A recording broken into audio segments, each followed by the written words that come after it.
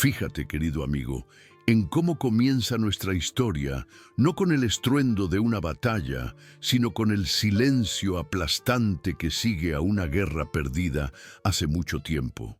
Nos encontramos en San Jacinto del Monte, un pueblo que el tiempo y la memoria han decidido olvidar. Imagina sus caminos de tierra roja, agrietada por un sol que no conoce la piedad, un sol que parece querer quemar hasta el último recuerdo de lo que alguna vez fue vida. En este pueblo, donde las casas de adobe se desmoronan como terrones de azúcar bajo una lluvia que nunca llega, vive una anciana, una madre llamada Mercedes. Su hogar no es más que el esqueleto de un rancho, un testimonio terco de días mejores. Las paredes, agrietadas y mudas, han visto más dolor del que cualquier libro podría contener. La violencia que ha sufrido esta mujer no es la de los golpes que dejan moratones en la piel, sino una mucho más profunda, una que busca quebrar el alma. Es la crueldad del abandono, el maltrato sutil del olvido.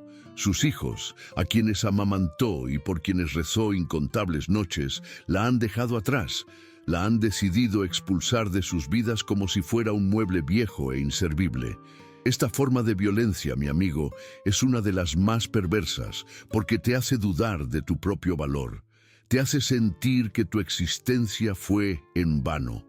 Mercedes, esta pobre mujer, esta abuela sin nietos que la visiten, se sienta cada día en un banco roto, esperando un milagro que ya no se atreve a pedirle a Dios. Ahora, profundicemos en esta herida. El abuso que Mercedes ha tenido que arrostrar no es un evento único, sino un veneno que se le ha administrado en dosis diarias durante años. Piensa en el acto de un hijo que promete volver en Navidad y nunca más se presenta. Eso, amigo mío, es un golpe directo al corazón de una madre. Piensa en una hija que, cegada por un nuevo amor, decide que su madre es un estorbo, una vergüenza que debe ser escondida. Eso es maltratar el sagrado vínculo que Dios mismo diseñó. Y el más joven, que se va con una excusa barata, sin una llamada, sin una carta, es como enterrar a tu propia madre en vida. La Biblia nos advierte sobre esto en Éxodo 20:12, cuando nos ordena: honra a tu padre y a tu madre, para que tus días se alarguen en la tierra que Jehová tu Dios te da. Sus hijos no solo la deshonraron a ella, sino que desafiaron un mandato divino, sembrando para sí mismos un destino de vacío. La violencia que ella soporta es el eco de sus risas en el corral vacío, el chirrido del columpio inmóvil donde antes jugaban sus nietos, el silencio de un gallinero que ya no tiene vida. Cada rincón de ese rancho le grita su abandono, una tortura psicológica que la ha llevado a dejar de cocinar, a dejar de hablar, a dejar de vivir. Es la crueldad silenciosa, la que no deja marcas visibles, pero que encadena el espíritu. Pero la crueldad, como una bestia salvaje, tiene muchas caras. Lejos de la pobreza polvorienta de San Jacinto del Monte, en el mundo brillante y afilado de la ciudad, vive un hombre llamado Valerio, un hombre rico, un millonario que construyó un imperio con sus propias manos. Podrías pensar que él está a salvo de la violencia, pero el abuso no discrimina, no le importa si vistes harapos o seda. Valerio fue víctima de la peor traición, una que vino de alguien a quien llamaba hermano. Su socio, consumido por la envidia, ese cáncer del alma que se menciona en Proverbios 14:30, el corazón apacible es vida de la carne, mas la envidia es carcoma de los huesos. Le robó todo, pero no se detuvo ahí. La crueldad necesitaba más. Contrató hombres, bestias sin rostro, para golpear a Valerio, para maltratar su cuerpo y humillar su espíritu.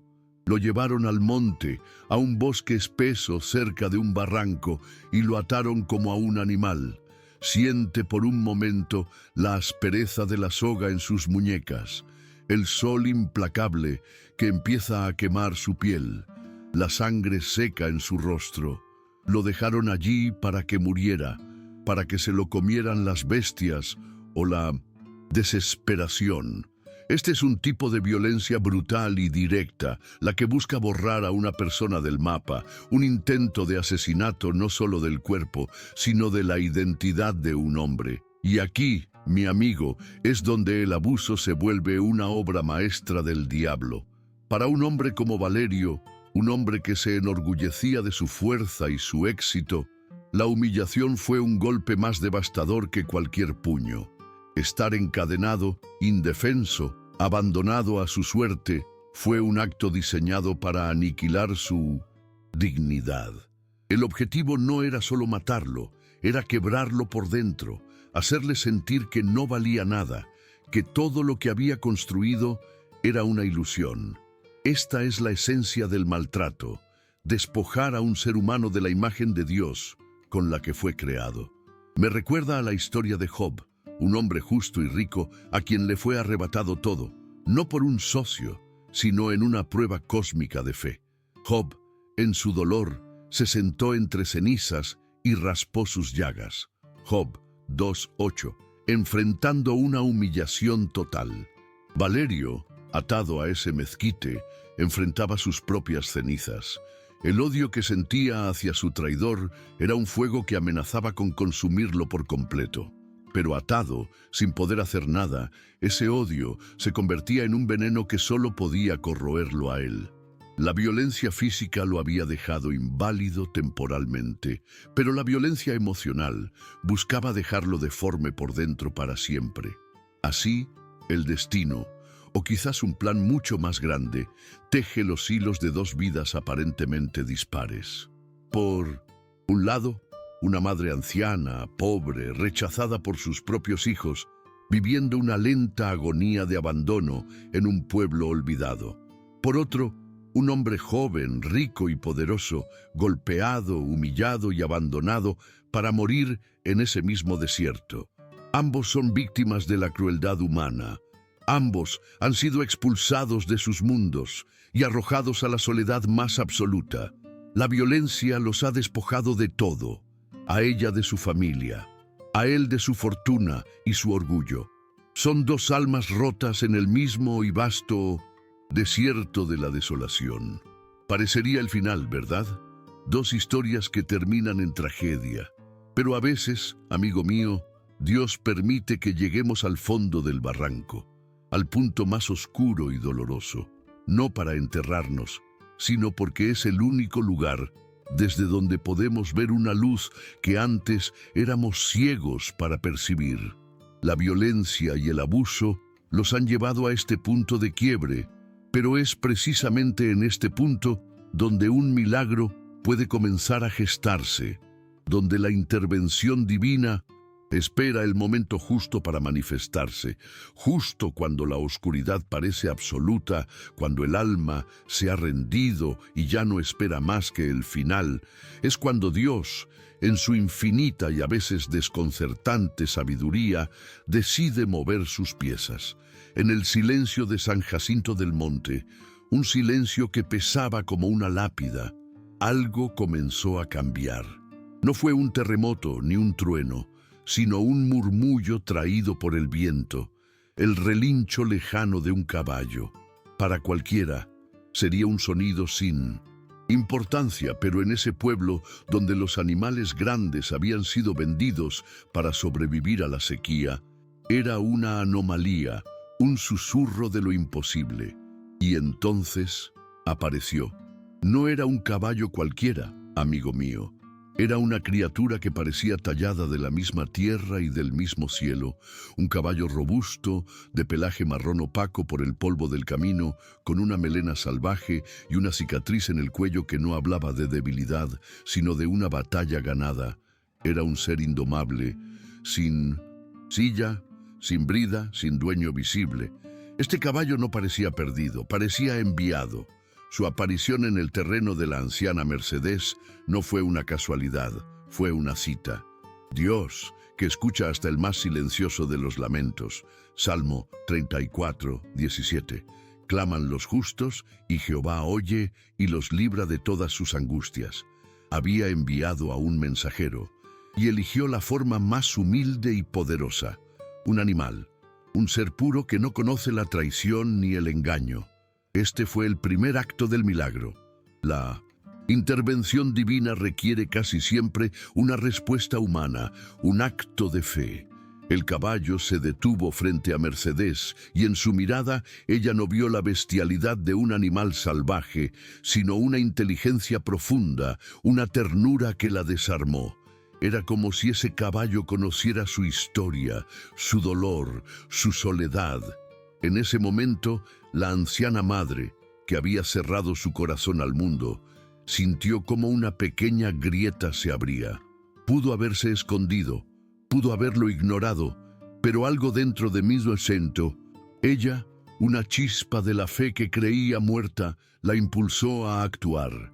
Le ofreció el poco maíz que guardaba, un gesto simbólico de compartir lo que apenas tenía.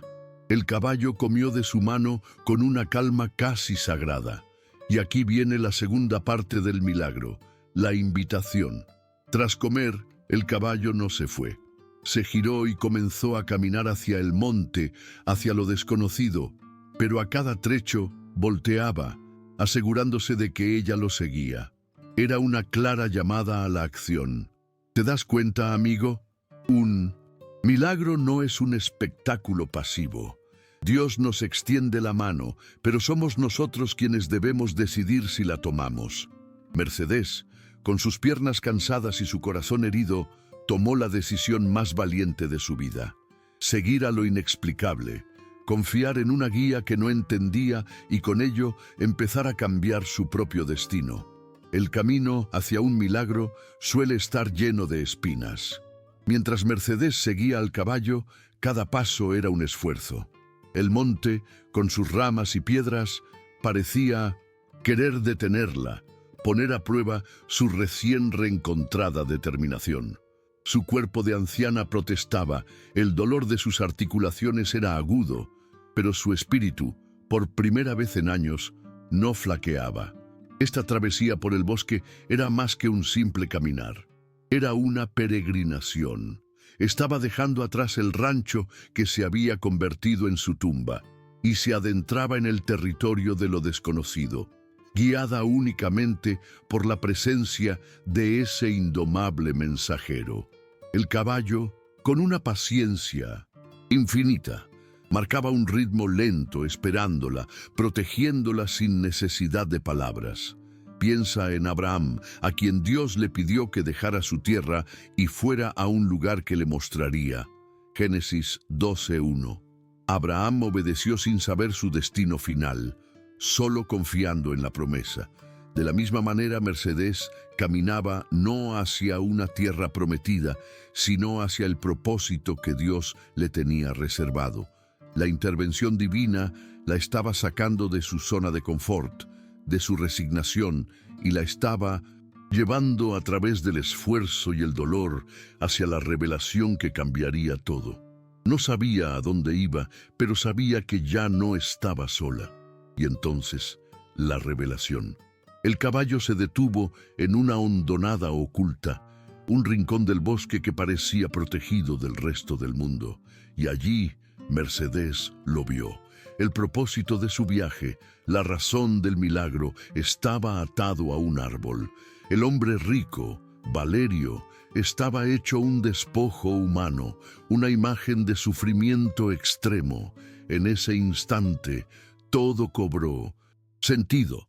La intervención divina había conectado dos puntos de dolor aparentemente inconexos.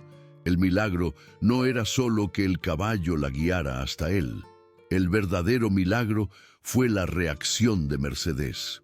Al ver a ese hijo de nadie, golpeado y humillado, su propio dolor de madre abandonada se transformó en una compasión feroz. El instinto de cuidar, que sus propios hijos habían despreciado, resurgió con una fuerza imparable.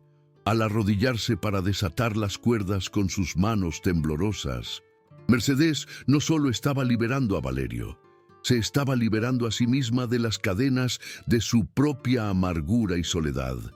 Dios no le envió un tesoro o una carta de sus hijos. Le envió a otra alma rota para que ella, al sanarla, pudiera sanarse a sí misma. Ese era el diseño perfecto del milagro. Reflexiona sobre esto, amigo mío. Los milagros de Dios rara vez son como los pintan en las películas. No siempre hay coros celestiales ni luces cegadoras. A menudo, un milagro es algo mucho más íntimo y profundo. Es un caballo con una mirada sabia que aparece cuando has perdido la esperanza. Es la fuerza que encuentra una anciana para caminar más allá de su propio agotamiento. Es el encuentro de dos extraños en el momento preciso en que uno puede salvar al otro. Dios usó a los seres más improbables, una madre pobre y olvidada y a un caballo salvaje, para salvar a un hombre rico y poderoso. ¿Y por qué? Porque así es como Él obra, para confundir a los sabios y fortalecer a los débiles, como nos enseña 1 Corintios 1:27. La intervención divina no resolvió todos sus problemas de golpe, pero les dio algo mucho más valioso: un nuevo comienzo, un propósito compartido. El destino de ambos fue alterado para siempre en ese claro del bosque, y ahora, frente a ellos, se extendía un nuevo camino de regreso al rancho, un camino que requeriría una fe aún mayor para ser recorrido juntos. El camino de regreso al rancho fue la primera oración en conjunto que Mercedes y Valerio rezaron, aunque no pronunciaron una sola palabra. La fe, amigo mío, no siempre se canta en himnos, a veces se arrastra por el polvo. Valerio, el hombre rico y fuerte, era ahora un inválido que apenas podía sostenerse en pie. Cada paso era una agonía, un recordatorio de su fragilidad. Mercedes, la anciana madre, usaba su propio cuerpo cansado como báculo para sostenerlo, poniendo la poca fuerza que le quedaba al servicio de este extraño. Su fe no era una certeza de que llegarían, sino una decisión obstinada de no rendirse. Cada vez que Valerio tropezaba, ella lo sostenía con un gemido que era una súplica a Dios. Cada vez que ella sentía que sus piernas cedían, él se aferraba a su hombro, un gesto de confianza absoluta. Esto es fe en su forma más pura. La interdependencia radical, el reconocimiento de que no podemos solos, y delante de ellos, como un pilar de nube en el desierto, caminaba el caballo, ese recordatorio viviente del milagro, la garantía silenciosa de que no estaban solos en su esfuerzo. Su lento peregrinaje a través del monte fue una oración en movimiento, un acto de fe que decía: no sé cómo, Dios mío, pero llévanos a casa. En ese esfuerzo compartido, en esa dependencia mutua, se forjó el primer eslabón de la cadena que uniría a esta nueva madre y a este nuevo hijo. Al llegar al rancho, la fe se enfrentó a una nueva prueba: la realidad. La casa no era un refugio acogedor, sino un cascarón de adobe que reflejaba el abandono de sus almas. Aquí es donde la oración debe transformarse en acción. La fe sin obras es muerta, nos recuerda el apóstol Santiago. Santiago 2:17. Y la primera obra de fe fue un acto de sanación. Cuando Mercedes, con una toalla húmeda y sus manos nudosas, comenzó a limpiar las heridas de Valerio, estaba realizando un ritual sagrado. Cada caricia para quitar el polvo y la sangre era una oración por la restauración de ese cuerpo maltratado. Él, a su vez, al permitir que esta pobre mujer lo tocara, que viera su debilidad y su vergüenza, estaba haciendo un acto de fe inmenso. Estaba depositando su confianza en la humanidad después de haber sufrido la peor de las traiciones. Estaba viviendo el principio que Jesús enseñó en Mateo 25:40. De cierto os digo que en cuanto lo hicisteis a uno de estos, mis hermanos más pequeños, a mí lo hicisteis. Esa noche, la cena de frijoles y tortillas, la comida más humilde, se convirtió en una Eucaristía, un banquete de acción de gracias por el milagro de la supervivencia. La anciana pobre alimentaba al hombre rico, invirtiendo toda lógica del mundo y demostrando la lógica del reino de Dios. Esa primera noche, la oración encontró su voz en la oscuridad de la pequeña casa. Acostados en lados opuestos de la habitación, el silencio estaba cargado de las plegarias no dichas de sus corazones, y entonces Valerio comenzó a hablar. Su confesión, querido amigo, fue la oración más honesta que quizás había hecho en su vida. Al contarle a Mercedes la historia de su traición, de su orgullo, de su caída, no estaba simplemente narrando hechos, estaba abriendo su alma, sacando el veneno para que la herida pudiera empezar a sanar. Estaba poniendo en práctica el principio de confesión y sanación mutua. Mercedes, por su parte, practicó la forma más difícil y profunda de la oración, la escucha. No lo interrumpió, no le ofreció soluciones fáciles ni versículos memorizados. Simplemente lo acompañó en su dolor, creando un espacio sagrado para que su sufrimiento fuera visto y validado. Y cuando ella compartió su propia historia de abandono, su oración se unió a la de él. No eran dos individuos rezando por separado, eran dos almas orando juntas en el idioma universal del dolor compartido. En esa comunión de heridas, encontraron un consuelo que ninguna oración formal podría haberles dado. Dios no estaba en un sermón, estaba en el espacio sagrado que ellos crearon entre sus dos corazones rotos.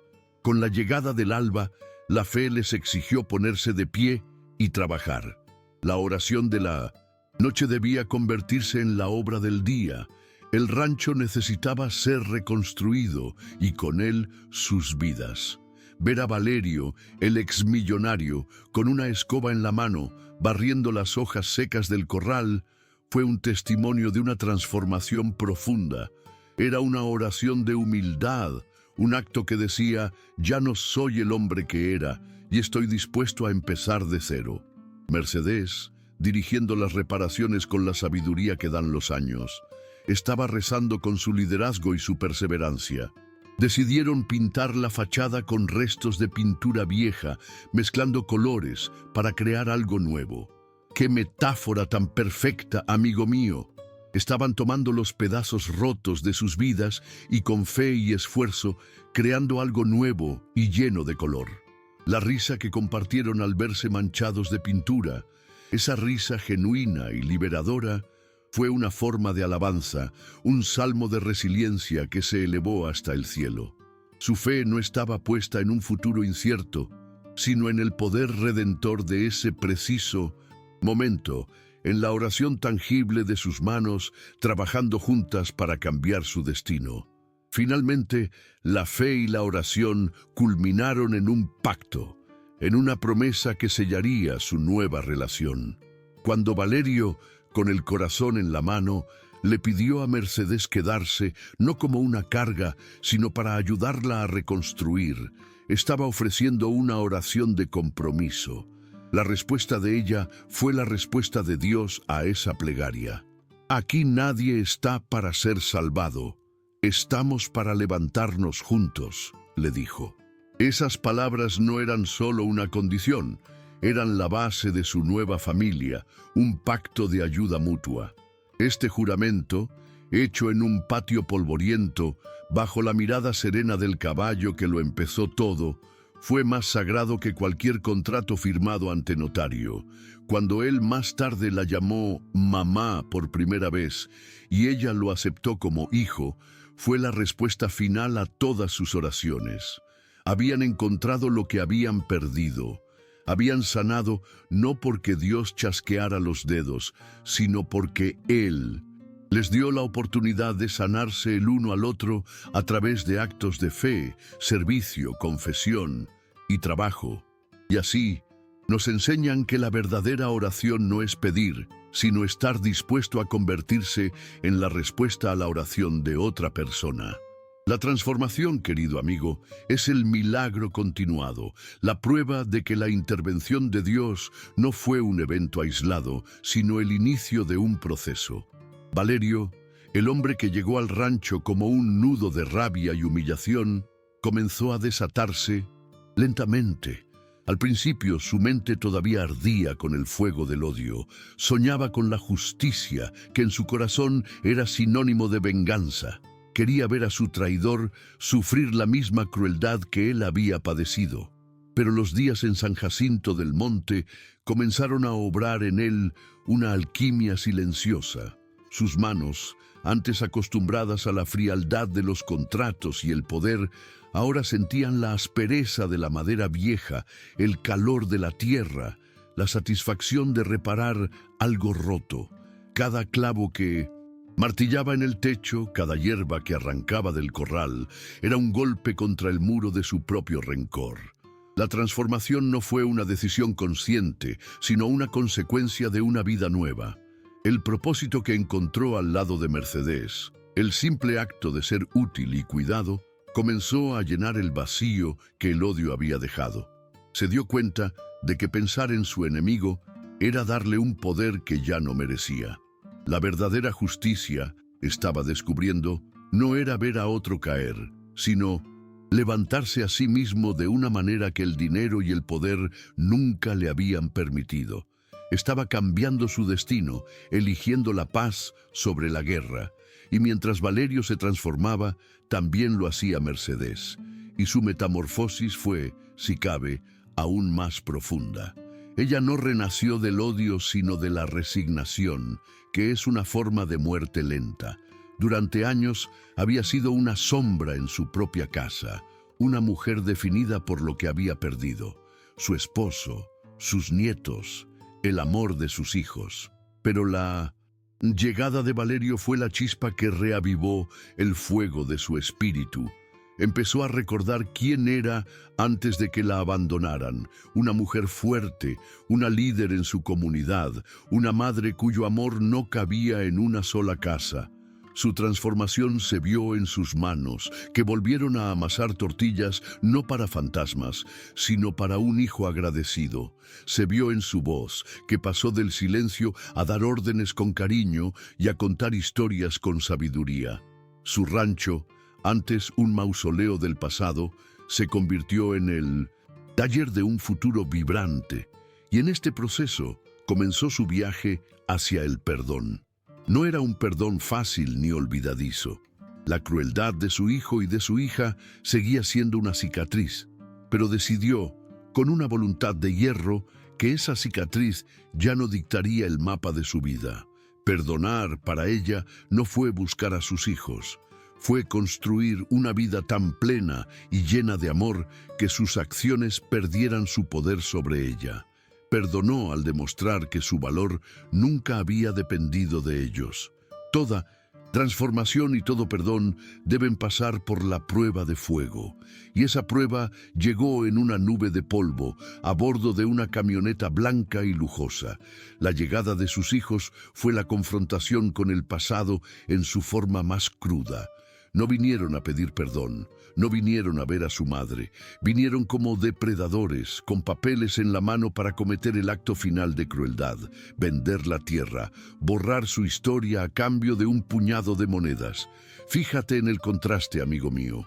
Por un lado, la riqueza material, fría y arrogante de los hijos.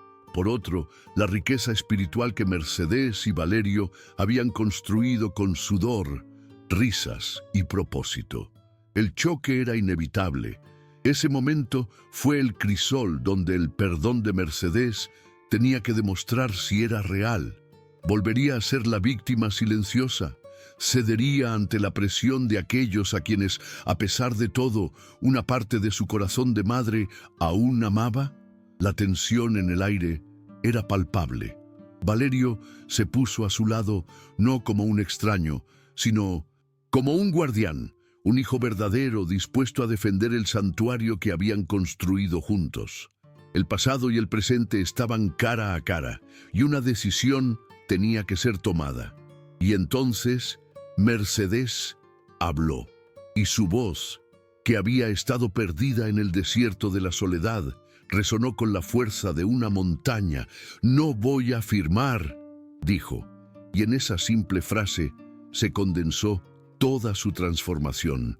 No hubo gritos, no hubo insultos, Hubo la dignidad inquebrantable de alguien que conoce su propio valor. Esta tierra me escuchó llorar cuando ustedes no. Esta casa me abrazó cuando nadie más lo hizo. ¡Qué palabras tan poderosas! No estaba atacando, estaba declarando su verdad.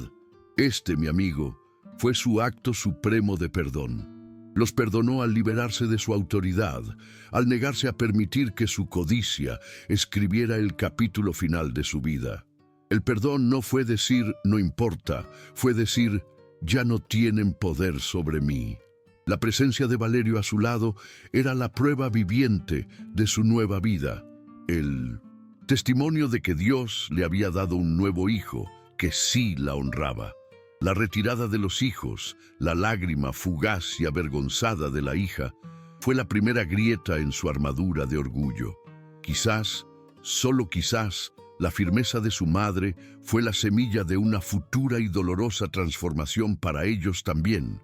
El perdón verdadero trae consigo una paz que sobrepasa todo entendimiento, como dice la Escritura en Filipenses 4:7. Una vez que la camioneta desapareció, el silencio que quedó no era de vacío, sino de plenitud. La batalla había terminado, la transformación era completa. Mercedes y Valerio habían enfrentado a sus fantasmas y habían salido victoriosos, no porque hubieran ganado una discusión, sino porque habían elegido la integridad sobre la amargura. El viaje que hicieron después al claro del bosque, al lugar donde Valerio fue atado, fue un epílogo sagrado. Ver esa cruz improvisada con la inscripción «Aquí renació un hombre» fue la confirmación del plan de Dios. Valerio lloró, pero sus lágrimas ya no eran de odio ni de humillación, sino de una gratitud abrumadora. Había perdonado por completo a su agresor porque él mismo había sido completamente transformado. Comprendió que el perdón no es un acto de borrar el pasado, sino de redimirlo, de encontrar el propósito de Dios incluso en el sufrimiento más profundo. Y así, nos enseñan que el perdón es el aliento de la gracia divina en nuestras vidas, la llave que nos libera de la prisión del pasado y nos permite finalmente cambiar nuestro destino.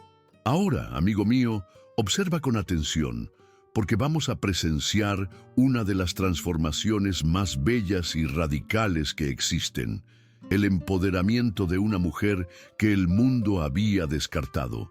Mercedes ya no es la anciana temblorosa que encontramos al principio. El fuego de la prueba no la consumió, la purificó. Se ha convertido en una matriarca, la columna vertebral de su pequeño universo renacido.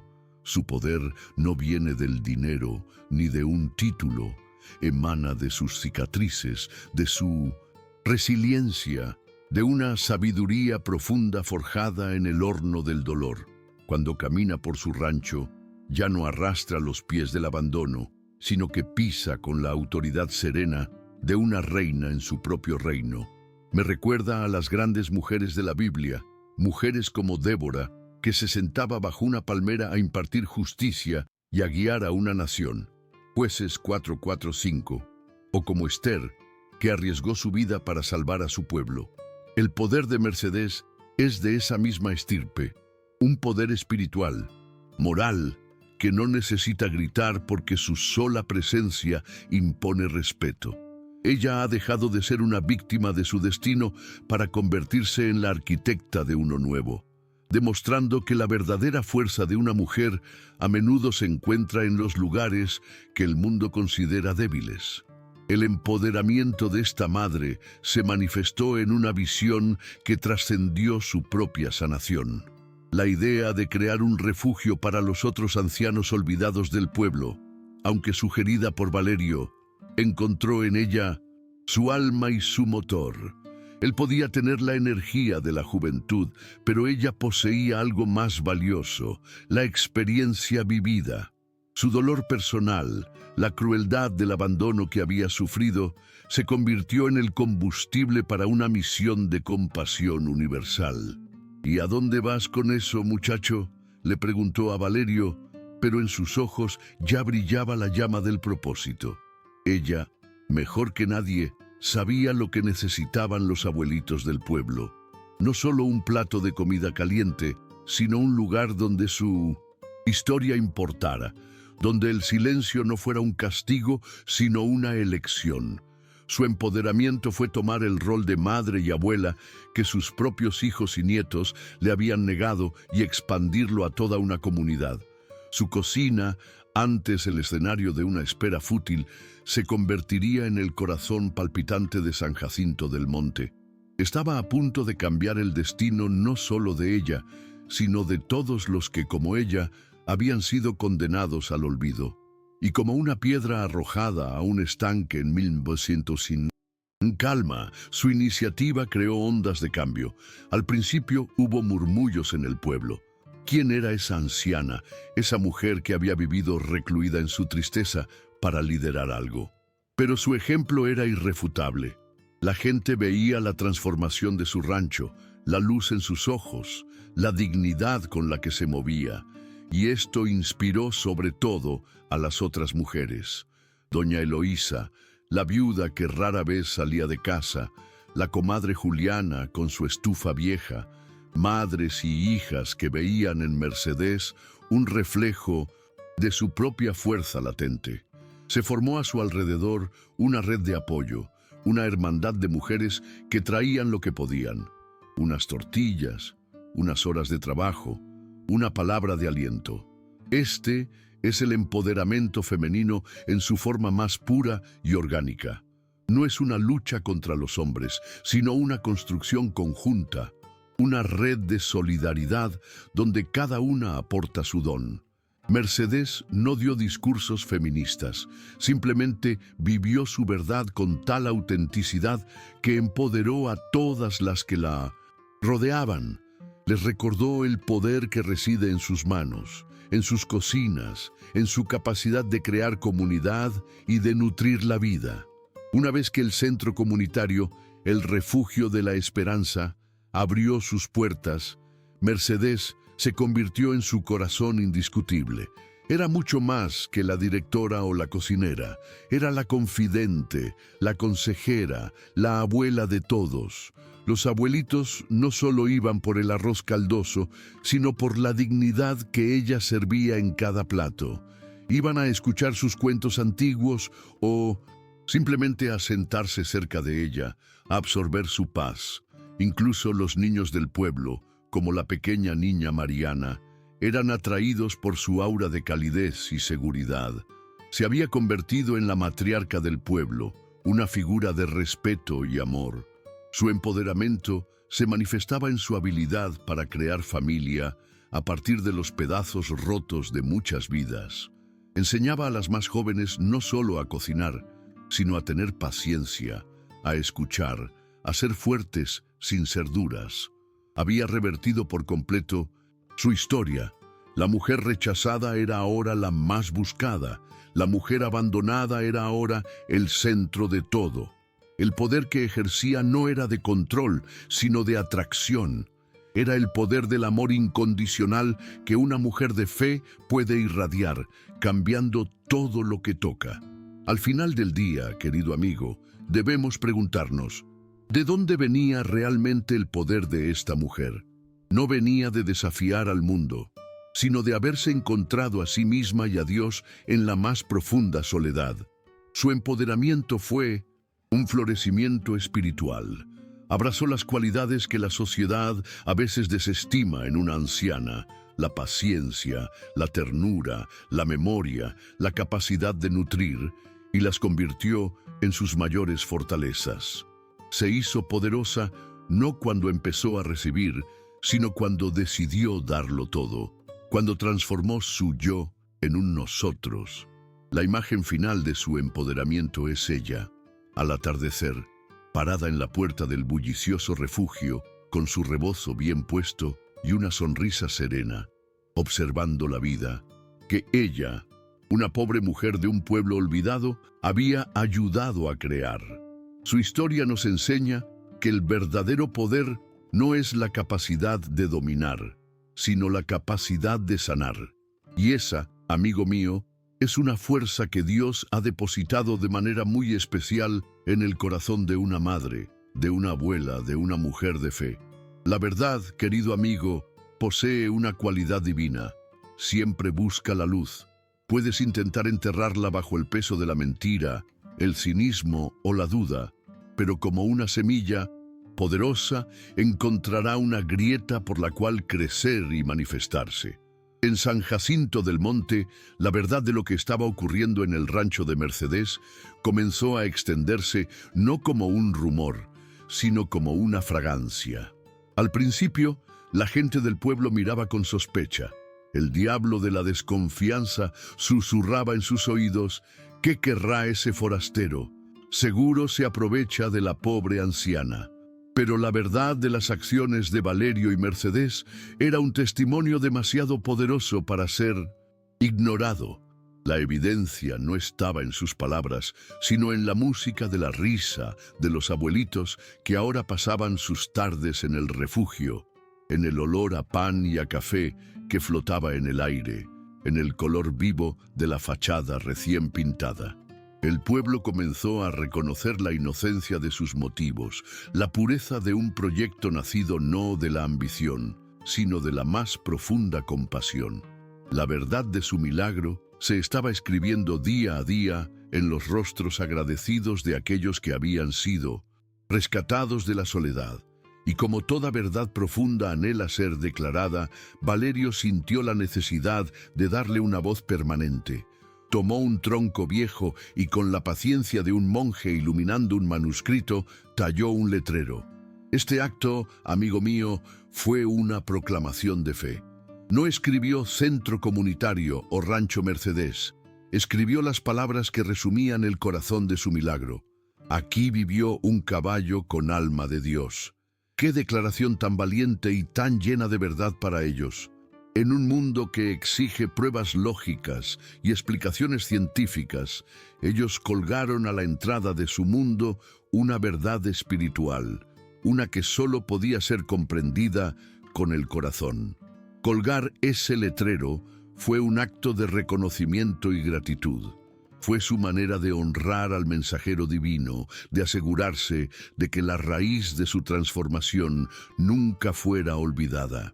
Era un desafío silencioso a la incredulidad, una invitación a todos los que pasaran a contemplar la posibilidad de que Dios, efectivamente, se comunica de las formas más misteriosas e inesperadas, incluso a través de un caballo. El letrero, como era de esperar, se convirtió en un punto de inflexión para la comunidad. Se transformó en el altar del pueblo a su milagro local. Muchos pasaban y lo leían en voz baja, reflexionando. Fue entonces cuando doña Eloísa, esa mujer encerrada en su propio duelo, se acercó a Mercedes y le hizo la pregunta más importante. ¿Es cierto? No preguntaba por el proyecto, sino por el alma del caballo.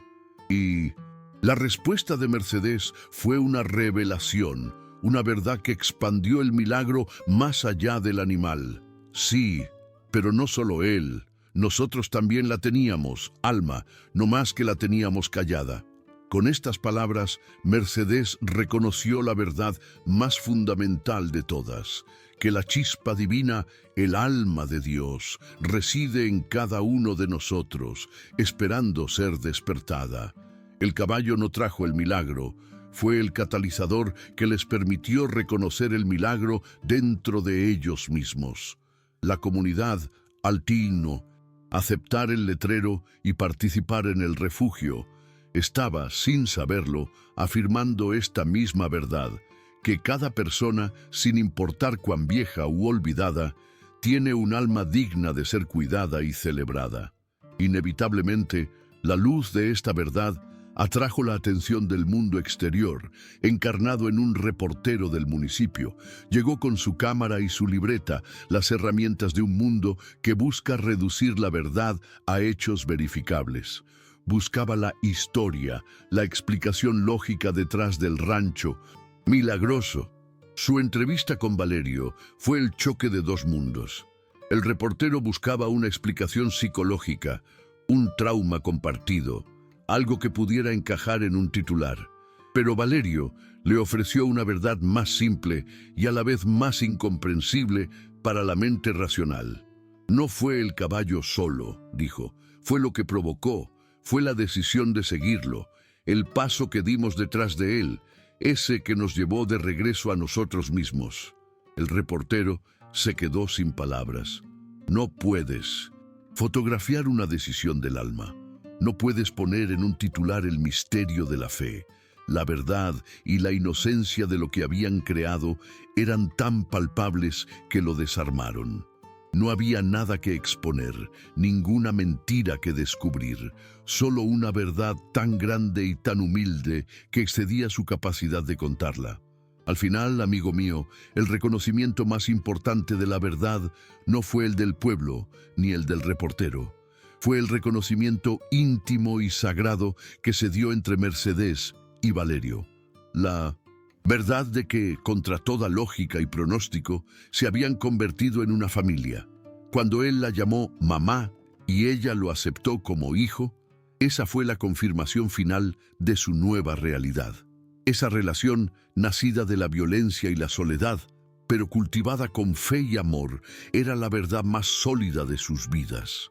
El mundo podía entender o no el letrero del caballo, pero dentro de los límites de su rancho, la verdad de su pertenencia mutua era absoluta e innegable. Y esta verdad, esta familia, encontrada, se erigió como el acto final y silencioso de justicia. No necesitaron que sus traidores y abusadores fueran castigados por la ley. Su propia felicidad, su paz, la vida que construyeron sobre las ruinas que otros dejaron, fue el reconocimiento definitivo de su valor y la verdad irrefutable de que el bien, guiado por la mano de Dios, siempre, siempre prevalece. A menudo, amigo mío, en nuestra arrogancia humana, olvidamos que Dios no se limita a hablar a través de profetas o de libros sagrados. Toda la creación es un testamento de su gloria y a veces elige a los mensajeros más humildes e inesperados para llevar a cabo sus planes más grandiosos. ¿Por qué un caballo? Piensa en ello. Un animal no tiene la capacidad para la malicia, la envidia o la traición que tanto abunda en los corazones humanos. Un caballo no juzga, no calcula, no miente. Por eso, el caballo que llegó a la vida de Mercedes fue el mensajero perfecto. Su naturaleza, salvaje e indomable, no era un signo de ferocidad, sino de pureza. Estaba libre de las cadenas de la civilización y por lo tanto era un canal más claro para la voluntad divina. En las Escrituras, los animales son a menudo instrumentos de Dios. Un cuervo alimentó a Elías en el desierto, un gran pez salvó a Jonás de su desobediencia y un asna vio al ángel que su amo, el profeta Balaam, era ciego para ver. Números 22-23. El caballo de San Jacinto del Monte pertenece a esa estirpe de criaturas sagradas, un ser cuya obediencia a un impulso superior lo convirtió en el catalizador de un milagro. La importancia de este animal no radica solo en su aparición, sino en su rol activo. No fue un espectador pasivo, fue el que inició la acción. Se presentó ante Mercedes y la miró de una manera que trascendía la comunicación animal, estableciendo un pacto de confianza. Y lo más importante, la guió.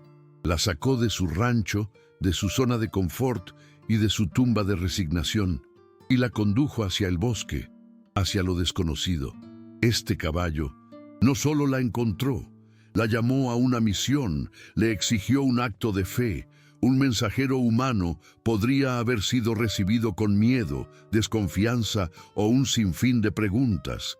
Pero la presencia majestuosa e inequívoca de este ser puro y poderoso eludió las defensas racionales de Mercedes y le habló directamente al alma. Su llegada fue el divino empujón que ella necesitaba para romper el ciclo de la desesperanza. El animal fue crucial porque su naturaleza misma hizo posible un tipo de llamado que ninguna persona podría haber realizado. Fue la encarnación de la aventura espiritual a la que Dios la estaba convocando. Una vez cumplida su misión inicial de unir a Mercedes y a Valerio, el caballo, a quien con toda razón llamaron Esperanza, no se desvaneció como un fantasma. Se quedó, y su permanencia fue tan importante como su llegada. Se convirtió en el guardián silencioso del frágil santuario que estaban construyendo. Su presencia constante en el rancho era un ancla, un recordatorio viviente y tangible del milagro que los había unido. Mientras ellos luchaban con sus demonios internos, sanando las heridas del alma, la imagen de Esperanza pastando pacíficamente bajo un mezquite era un sermón sin palabras sobre la paz y la fidelidad de Dios. Se convirtió en un maestro. A Valerio le enseñó sobre una forma de fuerza que no necesita dominar, una nobleza que no requiere aplausos. A Mercedes le enseñó sobre una lealtad que no se cansa ni abandona. Incluso los miembros de la comunidad, como don Ramón, que le llevaba manzanas, entendían su importancia. No estaban simplemente alimentando a un animal, estaban rindiendo homenaje al símbolo de la esperanza que había renacido en su pueblo. Además, este caballo extraordinario sirvió como un espejo para sus almas.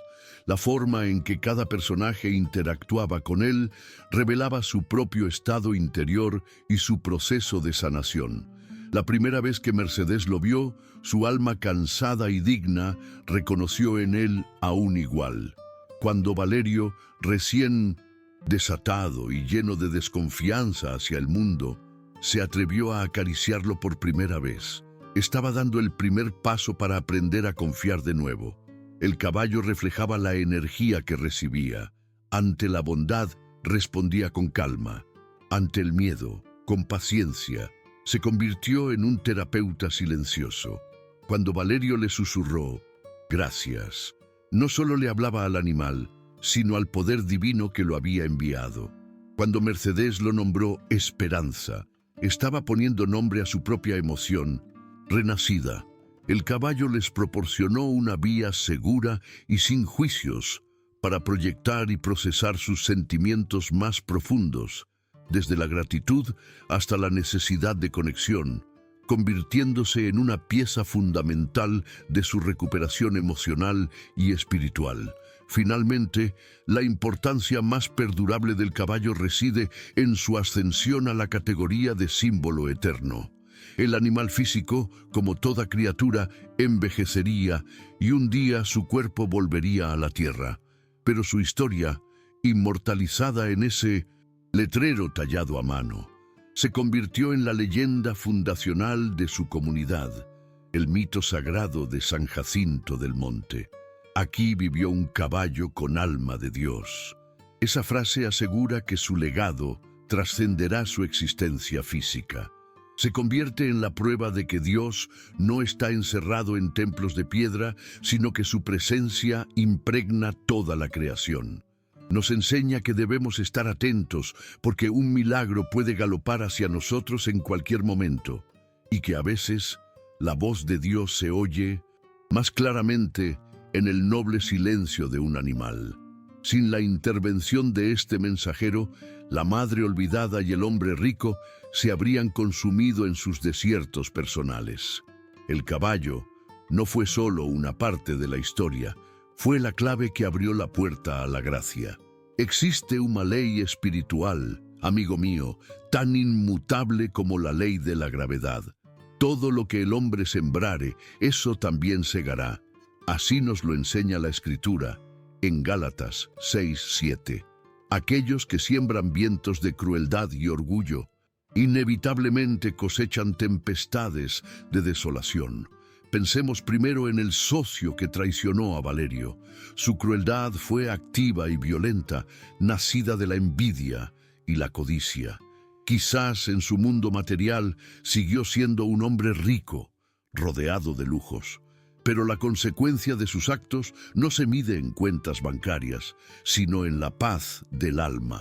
Al golpear y abandonar a Valerio, sembró en su propio corazón la semilla del miedo.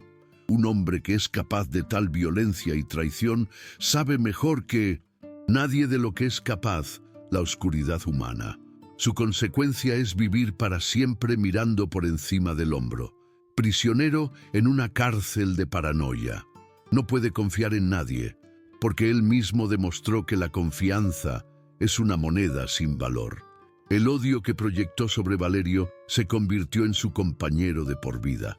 Su destino, aunque parezca exitoso por fuera, es una condena a la soledad y al tormento interior, un infierno personal del que ninguna fortuna puede comprarle la salida. Ahora, miremos las consecuencias para el hijo y la hija de Mercedes. Su crueldad fue diferente, más pasiva, pero no menos dañina. Fue la crueldad del orgullo y el abandono. Se creyeron superiores a su madre, a sus raíces, a su pueblo.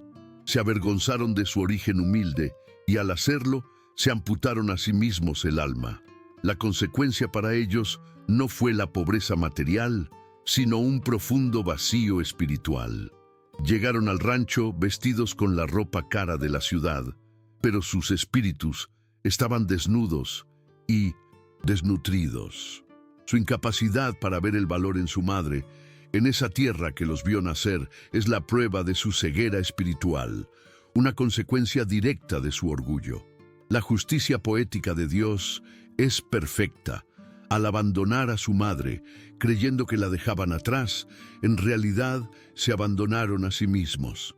La consecuencia más dolorosa para ellos fue ver que su madre no solo había sobrevivido sin ellos, sino que había florecido, había construido una nueva familia más auténtica y amorosa que la que ellos rompieron. Su acto de abandono se convirtió irónicamente en el catalizador de la mayor felicidad de ella y la prueba irrefutable de la propia irrelevancia de ellos. El día que regresaron al rancho para intentar venderlo fue su día del juicio. No ante un tribunal, sino ante el tribunal de la verdad que ellos mismos habían despreciado. Esperaban encontrar a una mujer débil, una anciana pobre y sola, a la que podrían intimidar y manipular fácilmente. En cambio, se encontraron con una matriarca en pleno dominio de su poder, con una dignidad que no podían comprar ni entender y respaldada por la presencia leal de un nuevo hijo que sí la valoraba. El desconcierto en sus rostros fue la primera amarga cosecha de sus acciones. Su orgullo se estrelló contra el muro de la integridad de su madre. La crueldad que habían planeado, el golpe de gracia de venderle el suelo bajo sus pies, se volvió contra ellos, revelando su propia miseria moral y su impotencia. La situación que ellos crearon para humillarla se convirtió en un espejo que les devolvió el reflejo de su propia fealdad. En ese momento, enfrentaron la consecuencia más directa de sus elecciones. No eran los poderosos benefactores que creían ser, sino unos extraños codiciosos en la puerta de un hogar que ya no les pertenecía. El destino que sellaron para sí mismos es uno de exilio espiritual. Al intentar vender la tierra de su familia, estaban intentando vender sus propias raíces, su historia, su identidad. Al ser detenidos por la fuerza tranquila de su madre, quedaron a la deriva, desconectados de su pasado y, por lo tanto, sin un anclaje para un futuro auténtico. Se convirtieron en fantasmas en su propia historia familiar. La lágrima que la hija derramó y limpió rápidamente es una imagen poderosa. Es la grieta en la armadura de su orgullo, el reconocimiento fugaz y doloroso de todo lo que había perdido para siempre. No una propiedad, sino un hogar. No una anciana, sino una madre. La consecuencia para ellos es vivir con el eco de esa pérdida. Podrán tener éxito, dinero, casas, pero siempre sentirán esa corriente de aire, ese vacío en el centro de sus vidas que solo el amor y el perdón de una madre podrían haber llenado. Eligieron el metal frío del dinero sobre el calor de la familia y su consecuencia es vivir en la frialdad de esa elección. Al final, La consecuencia más profunda para todos los que eligen la crueldad y el orgullo es la irrelevancia. Mientras Mercedes y Valerio estaban ocupados construyendo, sanando, amando y creando una comunidad llena de vida, los antagonistas de esta historia quedaron fuera, atrapados en las sombras de sus propias malas decisiones. La justicia de Dios, a menudo, no es un castigo ruidoso, sino un silencioso apartamiento. Aquellos que eligen la oscuridad son simplemente dejados en ella, mientras la historia de la luz, la redención y el amor avanza sin ellos. El socio traidor, el hijo ingrato, la hija orgullosa, todos se convirtieron en meras notas a pie de página en la magnífica epopeya de la transformación de Mercedes. Creyeron que estaban sellando el destino de otros con su poder y su desprecio, pero lo único que lograron fue sellar el suyo propio como personajes secundarios y tristes, en una historia de la que nunca entendieron la verdadera trama. Sembraron para la carne y de la carne segaron corrupción, tal como advierte la Escritura. Toda gran transformación social, amigo mío, no comienza con un decreto del gobierno ni con un plan estratégico de una organización. Comienza siempre con la sanación de una sola alma, que luego sana a otra. La redención de San Jacinto del Monte, ese pueblo seco y olvidado, no nació en un comité, sino en el corazón de una madre que decidió seguir a un caballo y en el de un hombre rico que tuvo la humildad de dejarse cuidar por ella. Su transformación personal fue la primera onda expansiva. El rancho, que había sido un monumento a la soledad y la decadencia, se convirtió en el epicentro de un terremoto de esperanza. Esto nos enseña una lección fundamental del reino. Si quieres cambiar el mundo, empieza por amar a la persona que tienes delante. La profunda mudanza comunitaria que estaba a punto de ocurrir fue simplemente el fruto maduro del árbol que creció de esa primera y pequeña semilla de fe y compasión. La primera y más visible mudanza fue la que se operó en los ancianos del pueblo. El refugio de la esperanza, como llamaron al salón restaurado, se convirtió en un oasis en el desierto de su soledad. Don Nicolás, cuya alma se estaba apagando de tristeza tras la muerte de su esposa, encontró un público para sus anécdotas y con ellas recuperó la alegría de vivir. Doña Clarita, aislada por su sordera, encontró un lugar donde podía reír con los ojos, sintiéndose parte de algo. Los abuelitos, que antes esperaban el final de sus días encerrados entre cuatro paredes, ahora tenían un motivo para levantarse, para caminar, para conversar. El proyecto no les dio solo comida y compañía, les devolvió la dignidad. Se rompió la epidemia más terrible que puede asolar a un pueblo, la del aislamiento de sus mayores. Esta fue una mudanza social profunda, una que sanó la herida más sangrante de la comunidad y restauró el respeto por aquellos que guardaban la memoria del pueblo. Pero la onda expansiva no se detuvo ahí. El refugio se convirtió en un imán que reconfiguró todo el tejido social de San Jacinto del Monte, creando una mudanza intergeneracional. El proyecto atrajo a otros. Las mujeres del pueblo, inspiradas por Mercedes, formaron una red de apoyo, tejiendo, cocinando y cuidando juntas. Los adolescentes que antes no tenían nada que hacer se acercaron con curiosidad para aprender de Valerio, a sembrar un huerto o a reparar una cerca, encontrando un propósito y un mentor. Y lo más hermoso de todo, los niños empezaron a llegar. El rancho se llenó con las risas de los nietos que la comunidad entera había perdido. Los abuelos contaban cuentos a los niños, y los niños, con su energía inagotable, les recordaban a los viejos el simple gozo de estar vivos. Se sanó la brecha generacional. El pueblo dejó de ser una colección de casas aisladas para convertirse en lo que Dios siempre quiso que fuera: Una gran familia, donde los fuertes cuidan de los débiles y los sabios guían a los jóvenes. Con el tiempo, la identidad misma de San Jacinto del Monte se transformó. Dejó de ser el pueblo olvidado donde nunca pasa nada, para convertirse en el pueblo del Rancho Milagroso. La mudanza fue tan profunda que alteró su reputación. El letrero que Valerio colgó en la entrada se convirtió en el nuevo escudo de armas del pueblo, un símbolo de su increíble historia de fe y resiliencia. La gente de los municipios cercanos empezó a oír hablar de este lugar donde los viejitos renacían y donde un caballo con alma de Dios había cambiado el destino de todos. Algunos venían por curiosidad, otros por inspiración, trayendo consigo nuevas ideas, un poco de comercio y, sobre todo, el reconocimiento de que algo especial estaba sucediendo allí.